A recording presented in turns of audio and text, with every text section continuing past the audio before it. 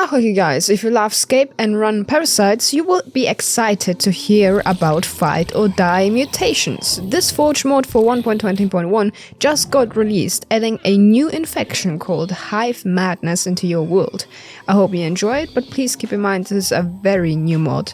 But without further ado, let's start. The cause of all this madness is the so-called Hive madness, a virus that is mutating entities into hideous beasts. It can increase into further stages called phases. To achieve this, the Hive needs to collect points. Whenever a threshold is hit, the behavior of the entities will change, becoming more aggressive. One way to gather points is by killing or infecting monsters. The number of points granted depends on the mobs killed or infected, as villagers will grant more points than e.g. a cow. They earn 10 more points whenever they kill an iron golem or a player. If the player decides to sleep, the Hive will automatically gain points.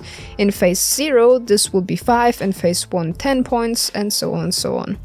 The easiest way to subtract points is by killing mutated enemies. This doesn't always apply to weaker mobs. As an example, springers are the weakest mob in the mod. If killed, there's a 85% chance that 2 points will be subtracted, whereas for the second one, the chance increases to 100%.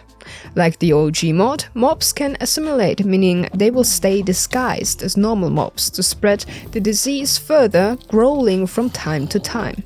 Whenever one kills a mutated entity, the Fury effect has a chance to be applied. It increases one's speed and strength. As a side note, all mobs have a weakness to fire, but now let's talk about the different phases.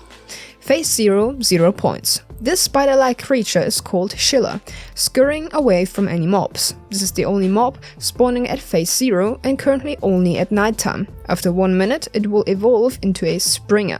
This developed version of a Schiller has dark red tendrils and a hideous tongue sticking out of its mouth. Its abilities are jumping large distances, applying slowness when attacking, and covering an area with the sickness.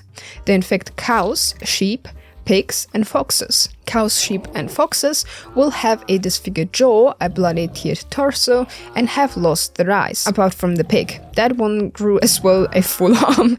These will attack every neutral or hostile mob.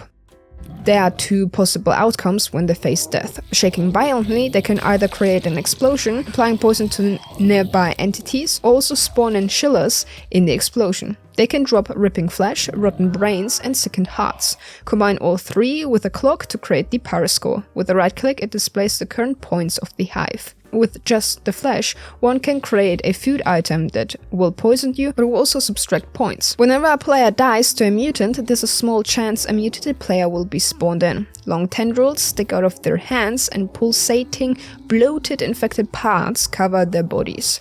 They will carry the player's name and all armor pieces, except the chest plate.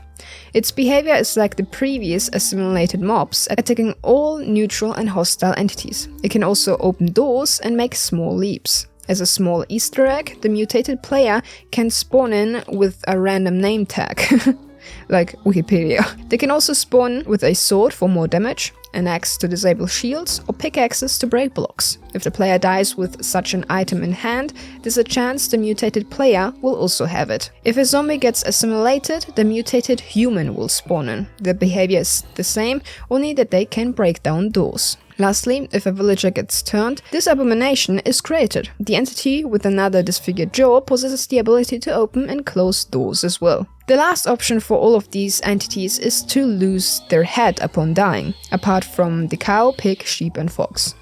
This screeching walking head possesses 4 legs to move on. When it's able to kill 4 entities, the walking head will transform back into the previously killed mutant. However, they can spawn in with 1 to 3 pre-made kills, decreasing the needed transformation number. Phase 1 with 1k points just changes the Springer's behavior, as they now spawn naturally. Phase 2 begins with 10k points. Springers are now neutral and will attack hostile creatures. All assimilated mobs, cows, sheep, pigs, foxes, players and humans will spawn naturally. After killing a mob, they will be applied regeneration and strength. Phase 3 50k points. This is the stage where everything will go wrong. Springers now also attack iron golems and creepers.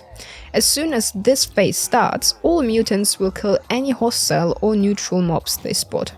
Mutated entities also have a chance to be granted the Fury effect when killing an entity. If they manage to infect a creeper, this Hellspawn is created, possessing no eyes, a disfigured jaw, and a visible thorax. Its movement is unpredictable, being fast and glitchy. One shouldn't get close to it as it will detonate almost instantly. But instead of griefing the area, it will be covered in an effect cloud, inflicting the Hive sickness and Germalis. This explosion is lethal and can almost one-shot players with a full netherite set on normal difficulty. However, it won't detonate if set on fire before dying. However, if a player interacts with it by using a flint and steel, it will explode. Its main targets are iron golems and players. If another entity attacks it from far away, it will change its priority target. Possessing no audible footsteps but a massive tracking radius, it is indeed a living nightmare.